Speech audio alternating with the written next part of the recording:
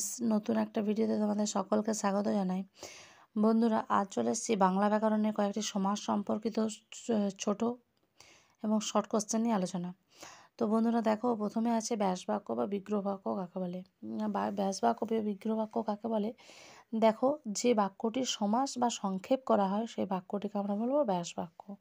যেমন ধরো, রাজপুত্র দেওয়া আছে, এটা হবে কী হবে? ব্যাসবাক্য হবে রাজার পুত্র।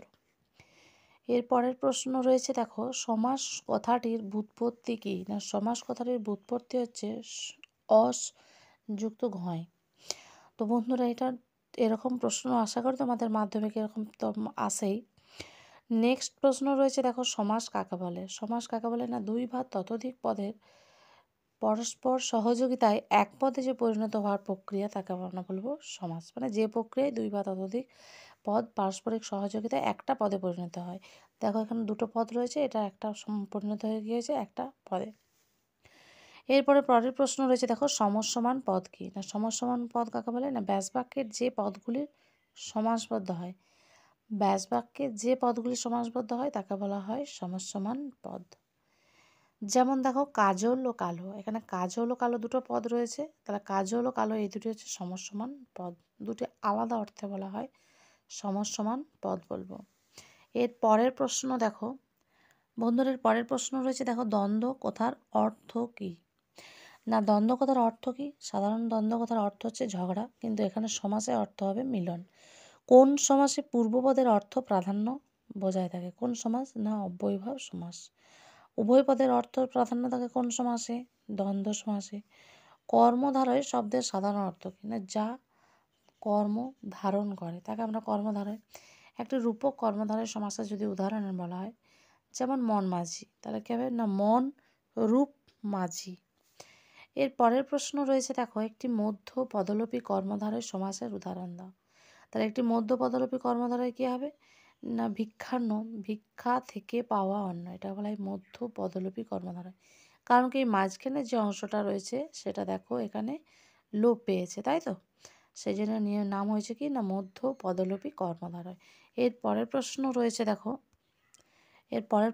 দেখো, উপমিত এবং উপমান কর্মধারয় সমাসের পার্থক্য। তাহলে উপমিত এবং উপমান কর্মধারয় সমাসের পার্থক্য কী? না, সমাসবদ্ধ পদটি বিশেষ্য পদও হয়, আবার সমাসবদ্ধ পদটি কখনো বিশেষণ পদও হয়। তো উপমিত কর্মধারয় আবার সমাসবদ্ধ পদটি বিশেষণ পদ হয়, আর উপমান কর্মধারয় সমাসবদ্ধ পদটি বিশেষণ হয়। পরের প্রশ্ন রয়েছে, দেখো, রূপক ও উপমান কর্মধারয় সমাসের একটি করে পার্থক্য। তাহলে উপমেয় অনুপস্থিত থাকে কোন সমাসে? রূপক কর্মধারয়। আর সাধারণ ধর্ম অনুপস্থিত থাকে কোন জায়গায়? না, উপমান কর্মধারয়। পরের প্রশ্ন রয়েছে, একটি সম্বন্ধ তৎপুরুষ সমাসের উদাহরণ দাও। যেমন ধরো রাজপথ, তাহলে কী হবে? রাজার পথ। সম্বন্ধ তৎপুরুষ কেন? কারণ মূল পদের সঙ্গে র বা এর যোগ থাকলে সেটাকে আমরা সম্বন্ধ তৎপুরুষ বলি। তাহলে এর পরের প্রশ্ন চলে আসছে, একটি ব্যাপ্তি তৎপুরুষ সমাসের উদাহরণ। ব্যাপ্তি তৎপুরুষ, যেমন চিরসুখী, চিরকাল ব্যাপিয়া দুঃখী। তাহলে চিরদুঃখী কী হবে? না, চিরকাল ব্যাপিয়া দুঃখী। তবে চিরসুখীও একইভাবে হবে, চিরকাল ব্যাপিয়া সুখী। এগুলো হচ্ছে ব্যাপ্তি তৎপুরুষের উদাহরণ। তো বন্ধুরা দেখো, এখানে পরের হচ্ছে কোন সমাসে পূর্বপদের অর্থ বজায় থাকে, সেটা হচ্ছে অব্যয়ীভাব সমাস, বললাম তোমাদেরকে এর আগে।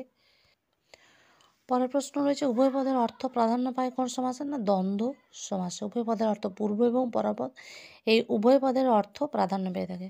কোন সমাসে তৃতীয় পদের অর্থ বোঝানো হয়ে থাকে? সেটা হচ্ছে বহুব্রীহি সমাস। এখানে পূর্ব এবং পরপদ কোনো পদের অর্থ প্রাধান্য তৃতীয় একটা অংশকে বোঝানো হয়। কোন সমাসে পূর্বপদে উপসর্গ যুগ থাকে? সেটা হচ্ছে প্রাদি সমাসে পূর্বপদ উপসর্গ যুক্ত হয়। এবং কোন সমাসে বিভক্তির প্রয়োগ দেখা যায়? সেটা হচ্ছে তৎপুরুষ সমাসে।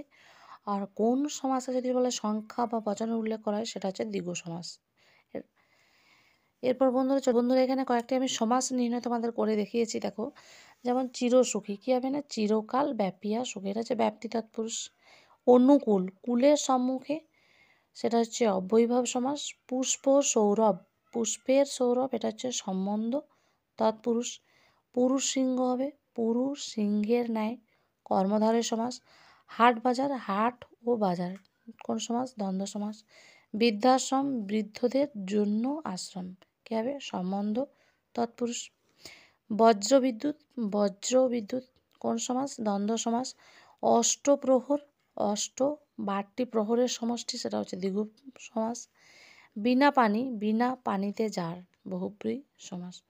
তো বন্ধুরা, আজকের ভিডিওটা এই পর্যন্তই। দেখা হচ্ছে নতুন একটা ভিডিওর সাথে। ততক্ষণ সকালে ভালো থেকো এবং সুস্থ থেকো।